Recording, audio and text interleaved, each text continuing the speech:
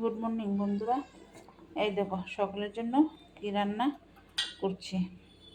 মেয়েও খেয়ে ইউনিভার্সিটিতে যাবে, ছেলেও বেরোবে খেয়ে, তো একটু সকালবেলায় ওর জন্য একটু সিদ্ধ ভাত রান্না করছি। দেখো ডিম আর খাসার চাল আর ডাল একসঙ্গে সিদ্ধ করে নিয়েছি।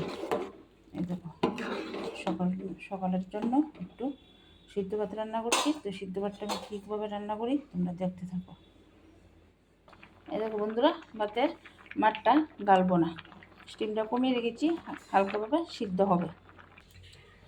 দেখো সিদ্ধ ভাতটা হয়ে গেছে। প্রথমে লবণ দিয়েছি,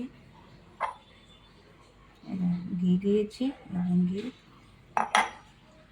আর শুকনো লঙ্কা।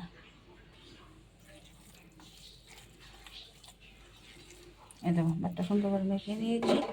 ডিম সিদ্ধ, এই যে কাঁচা পেঁয়াজ, এই যে সকালের খাবার রেডি।